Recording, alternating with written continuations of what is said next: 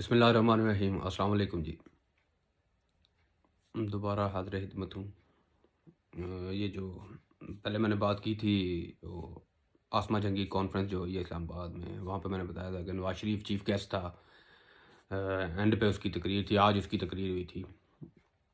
تو میں تو دیکھ کے سن کے بڑا حیران ہوا۔ میں نے کہا یار کیا ہمارے ججز ہیں، کیا ہمارے وکیل ہیں، سلوٹ کرنے کو دل کرتا ہے ان کو یار، کہ ایک مفرور، ایک بگوڑا، ایک چور، ایک لٹیرا، ایک قومی چور ہے جو کہ فراڈ کر کے عدالتوں سے 50 روپے کے اسٹیمپ پیپر پہ جھوٹ بول کے جو بھاگا ہوا ہے، جو آ کے لندن میں بیٹھا ہوا ہے اور ہر وقت اداروں پہ جناب گولہ باری کرتے رہنا ہے، الزام تراشی کرتے رہنا ہے، یہاں پہ یہ کرتا رہتا ہے، وہاں پہ اس کی بیٹی کرتی رہتی ہے مریم نواز۔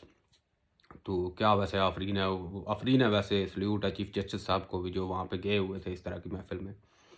اس کے بعد اسلام آباد ہائی کورٹ کے چیف جسٹس صاحب ترمین اللہ صاحب وہاں پہ تھے، قاضی فائز عیسیٰ صاحب تھے، اور بھی بہت سے وکیل بھی تھے، ججز بھی تھے وہاں پہ۔ لیکن کیا کہنے ہیں ان کے، سلیوٹ ہے ان کی عقل کو کہ جنہوں نے چیف جسٹس کو بنایا ہوا تھا، اس بگوڑے کو، نواز شریف کو۔ کیونکہ وہ وہی ٹولہ ہے نا، وہ موجیں، وہ کھاپے، وہ یشیاں، وہ پلاٹس، وہ کوٹھیاں، وہ کاریں، وہ پروٹوکول، وہ ظاہری سی بات ہے نواز شریف تھا تو نواز شریف سے ملتا تھا، تو اب عمران خان اب تو ملتا کچھ نہیں ہے، تو وہ ظاہری سی بات ہے نواز شریف کے فین ہیں سارے، نواز شریف کے چیلے چپاٹے ہیں، وہی ہیں سارے پاکستان میں۔ اوزار کی کہ ہر چیز کا الزام بس فوج پہ ڈال دو، عدالتوں کا الزام فوج پہ ڈال دو، ہسپتالوں کا الزام فوج پہ، ہر چیز کا الزام فوج پہ ڈال دو، حالانکہ فوج کا لینا دینا کچھ نہیں اس چیز کے ساتھ۔ مانا فوج کی انوالومنٹ تھی، اسٹیبلشمنٹ کی انوالومنٹ رہی ہے۔ نواز شریف کو کون لے کے آیا تھا؟ اسٹیبلشمنٹ ہی لے کے آئی تھی نا۔ تو وجہ یہ ہے کہ اس کو لے کے بھی فوج آئی تھی، اس کو پالا بھی فوج نے ان کو، اور اب یہ گالیاں بھی فوج کو ہی دیتے ہیں۔ ویسے اسٹیبلشمنٹ کا بھی علاج ہے کہ کیونکہ وہ بار بار ڈسے جاتے ہیں، ایک ہی سوراخ سے بار ڈسے جاتے ہیں، ٹھیک ہے۔ وہ بار 3 4 باریاں ان کو دیں بار، لیکن پھر بھی کیا انہوں نے کیا، جب بھی ان کا موقع لگا، جب بھی طاقت میں آئے تو انہوں نے گلا پکڑا، جب یہ طاقت سے نکلے تو انہوں نے پاؤں پکڑے۔ وہی کام ابھی ہوا ہے کہ جب سے اس کو نکالا ہے پاناما کیس میں، جب اس کو سزا ہوئی سپریم کورٹ سے سزا ہوئی، تو اس کے بعد مجھے کیوں نکالا، وہی رولا ڈلا رہا ہے ابھی تک، وہی ڈل رہا ہے۔ بس کسی طریقے ان کی سزائیں ختم ہو جائیں، یا کم از کم ان کے کیسز ختم ہو جائیں، کہ یہ وہی ہے جس نے کہا تھا کہ میرے اگر اثاثے آمدن سے زیادہ ہیں تو تمہیں کیا۔ یہ 3 بار کا وزیر اعظم ہے جی۔ اور آج پھر جو اس نے تقریر کی ہے وہاں پہ، جو خیر سے بولا ہے، تو وہی اداروں پہ الزامات، پاکستان دشمنی، ٹھیک ہے۔ وہ ایسے رولے جن کا مطلب ہے کہ جن کی اس نے توثیق کی ہے، انٹرنیشنل اداروں کو توثیق کی ہے کہ جی یہ بالکل ہوتا ہے۔ وہ اس لیے پھر جب 3 بار کا پرائم منسٹر رہنے والا جو بندہ ہے وہ کہہ رہا ہے کہ جی بالکل ایسا ہی ہوتا ہے، تو وہ تو پھر ظاہر سی بات ہے جو باہر ادارے ہیں وہ تو پھر بولیں گے کہ بھائی تمہارا 3 دفعہ کا پرائم منسٹر کہہ رہا ہے، وزیر اعظم کہہ رہا ہے یہ بات، تو ہم کیا کر سکتے ہیں، ٹھیک ہے۔ یہ جو فیٹ اپ کا معاملہ ہوتا ہے، ادھر ادھر چکر ہوتے ہیں، دھلتے آتے ہیں جی۔ نواز شریف صاحب نے جناب تقریر شروع کی کہ قوم کی مایوسی کس طرح تباہی اور بربادی کا سبب بنتی ہے۔ آج 74 سالوں کے بعد قوم پھر سے سوال اٹھا رہی ہے اور ہمیں جواب درکار ہے۔ قوم کو جواب ملنا چاہیے۔ تو پہلے آپ تو جواب دیں سر، پہلے آپ تو میاں صاحب جواب دیں، آپ کیوں پاکستان سے بھاگے ہوئے ہیں؟ کھربوں کے فلیٹ جن کو آپ مانتے ہی نہیں تھے، بیٹا کہتا تھا الحمدللہ میرے ہیں، بیٹی کہتی تھی پاکستان تو کیا لنڈن میں بھی کوئی پراپرٹی نہیں ہے؟ پارلیمنٹ میں کھڑے ہو کے میاں صاحب آپ نے کہا کہ جی وہاں پہ ہماری کوئی پراپرٹی نہیں ہے، کچھ بھی نہیں ہے جی میرے، ٹھیک ہے کچھ نہیں ہے، وہ ہمارے ہیں ہی نہیں، وہ بھی جھوٹ بولا۔ بعد میں جب انویسٹیگیشن ہوئی تو وہ نکلے آپ کے ابھی بھی آج کل جہاں پہ رہ رہے ہو وہی اپارٹمنٹس ہیں جدھر رہ رہے ہو، جن کا مانتے ہی نہیں تھے آپ لوگ، وہ انہیں اپارٹمنٹ میں آپ رہ رہے ہو۔ یار خدا کا خوف کرو۔ جب تک قوم کو بنیادی سوالات کا جواب نہیں ملے گا ہماری حالت نہیں سدھرے گی۔ قوم کو بنیادی سوالات کا جواب تو میاں صاحب آپ نے دینا ہے، اور کس نے دینا ہے؟ میاں صاحب 40 سال آپ حکومت کر کے گئے ہیں، 30 سال سے آپ اقتدار میں تھے، 3 دفعہ کے پرائم منسٹر ہیں آپ نے جواب دینا ہے کہ آپ نے کیا کیا ہے 3 سالوں میں۔ پاکستان کا بیڑا غرق کر دیا، قرضے کہاں سے کہاں پہنچا دیے آپ نے، زرداری صاحب نے، پیپل پارٹی، نون لیگ، سب نے مل کے کھایا، بانٹ کے کھایا، ادھر اپنے ملک کو پاکستان کو لوٹا، اور یورپ میں آ کے تو جائیدادیں، فارم ہاؤسز، بزنسز،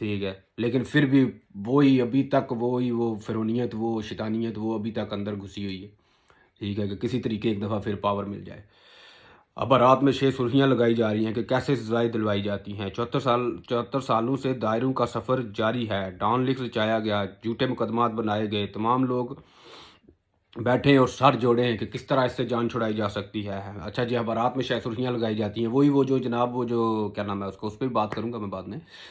وہ جو رانا شمیم کا جو آیا ہے بیان حلفی، جو لندن سے نوٹری پبلک سے وہ تصدیق کروا کے گیا ہے، اسی نوٹری پبلک سے جہاں سے میاں آیا ہے۔ پہلے وہ امریکہ تھا، اس کا بھائی فوت ہوا ہے، امریکہ تھا، امریکہ سے وہ لندن آیا ہے، لندن سے آ کے میاں صاحب سے ملا ہے جناب، وہ بیان حلفی دیا ہے، ادھر بیان حلفی دیا ہے، نوٹری پبلک سے تصدیق کروایا ہے، کرا کے پھر اس کے بعد پاکستان گئے ہیں، اور اس کے بعد عدالت نہیں پیش ہوئے۔ عدالت میں کہتے ہیں کہ جی میرا بھائی فوت ہوا ہوا تو اس کی طبیعت نہیں ٹھیک، اس کا بیٹا کہتا ہے کہ تو وہ جناب ٹھیک ہے، تو وہی ہے نا وہ جھوٹا، وہ اس نے الزام لگایا ہے کہ جی جسٹس ثاقب نثار نے فون کیا تھا جسٹس عامر فاروق کو، کیونکہ حالانکہ عامر فاروق اور جسٹس تمن اللہ نے نوٹس لے لیا ہوا ہے، وہ تو اس وقت ملک میں ہی نہیں تھے جب ان کے فیصلے ہوئے تھے، ٹھیک ہے۔ اب آپ سازشیں دیکھیں کہ کسی طریقے ٹھیک ہے، اس کے بعد ڈان لیکس کیا تھا، ملک دشمنی کی تھی، میاں صاحب آپ نے، آپ کی بیٹی نے، آپ کی پارٹی نے ملک دشمنی کی تھی، ٹھیک ہے۔ جھوٹے مقدمات، کون سے جھوٹے مقدمات؟ ایون فیلڈ کے مقدمات سچے، 2 نمبری کے مقدمات سچے، کرپشن کے مقدمات سچے، لٹیرے جال سازی کے مقدمات سچے۔ وہ بھائی رسیدیں دو، اگر آپ سچے ہیں تو آپ رسیدیں دیں۔ آپ تو کہتے ہیں کہ اگر میرے اثاثے زیادہ ہیں تو تمہیں کیا، ٹھیک ہے۔ وہ بھکے ننگے لوگوں کو لوٹ کے، ان کی بددعائیں لے کے، لوگ جولیاں بھر بھر کے بددعائیں دیتے ہیں، ان کے ٹیکس کے پیسہ لوٹ کے ہمارا، اور یہاں پہ آ کے تو یاشیاں کر رہے ہو، اور وہ سارے لوگوں کو، وکیلوں کو، وہ جتنا وہ لنڈے کریبلرز ہیں، جتنا وہ مافیا ہے نا، سب کو کہہ رہے ہیں جی کہ تمام لوگ بیٹھے ہیں، سر جوڑیں اور کوئی طریقہ نکالیں کہ اس کو نکالا جائے، عمران خان کی حکومت ختم کی جائے۔ بس ہر وقت وہی بس رونا ہے کہ کسی طریقے اس کو نکالو، کسی طریقے عمران خان کو نکالو۔ کبھی اسٹیبلشمنٹ کے پاؤں پکڑتے ہیں، کبھی گلا پکڑتے ہیں، جیسے کوئی تھوڑا ان کے جو اپنے صحافی ہیں وہ جب ماحول بنانے لگتے ہیں کہ عمران خان اور اسٹیبلشمنٹ لڑائی ہو گئی ہے، تو پھر یہ جناب ٹھنڈے ہو جاتے ہیں جی اسٹیبلشمنٹ میں سے تو ہماری لڑائی کوئی نہیں ہے، ہماری تو لڑائی عمران خان سے ہے۔ جیسے ہی ان کو پتہ چلتا ہے کہ نہیں بھائی وہ تو جھوٹ تھا، وہ تو ڈرامے بازی تھی، پھر جناب نکل آتے ہیں کہ جی ہماری لڑائی عمران خان سے نہیں، ہماری لڑائی اس کو لانے والوں سے ہے، ہماری لڑائی سلیکٹر سے ہے، سلیکٹڈ سے نہیں ہے، سلیکٹر سے ہے۔ وہ پہلے ڈیسائیڈ تو کر لو یار، عمران خان کو تو کی سلیکٹر تو عوام ہے، اس کے سلیکٹر تو ہم لوگ ہیں، اس کو تو عوام لے کے آئی ہے، اور انشاءاللہ بہتر ہوں گے حالات، تمام چور انشاءاللہ ٹنگے جائیں گے، نہ خیال رکھے تو۔ امید کرتا ہوں ویڈیو آپ کو پسند آئی ہوگی، لائک کیجیے گا، شیئر کیجیے گا، چینل بھی سبسکرائب کیجیے گا۔ ملتے ہیں بریک کے بعد نیکسٹ ویڈیو میں۔ اللہ حافظ۔ پاکستان زندہ باد، پاکستان پائندہ باد۔